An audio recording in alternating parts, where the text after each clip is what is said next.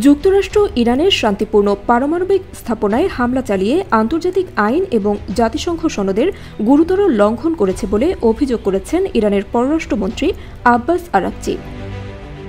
আমেরিকার এই হামলার পর প্রথমবারের মতো প্রকাশ্যে মন্তব্য করতে গিয়ে আরাকচি বলেন, জাতিসংঘ নিরাপত্তা পরিষদের একজন স্থায়ী সদস্য হিসেবে যুক্তরাষ্ট্র যে কাজ করেছে তা শুধু জাতিসংঘ সনদ নয়, আন্তর্জাতিক আইন এবং পরমাণু অস্ত্র বিস্তার রোধ চুক্তি এনপিটিরও লঙ্ঘন।